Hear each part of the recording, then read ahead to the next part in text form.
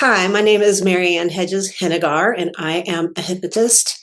I help people with trauma. And over many years, starting in 1994, started developing a theory called Psycho-Emotive anatomy. And it's a neurobiological approach to helping people with pain.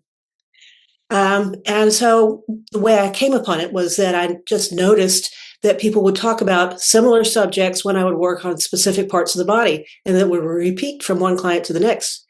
This told me that I had clued into something.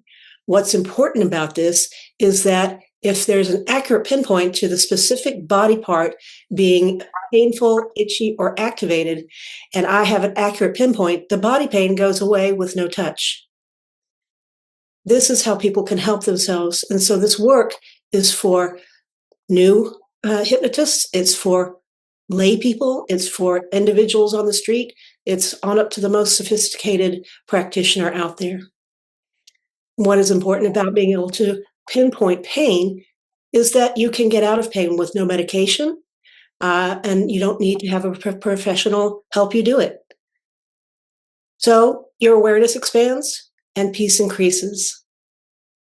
I hope to see you at my talk on psychoemotive anatomy so that I can show you this amazing new theory that helps people with pain.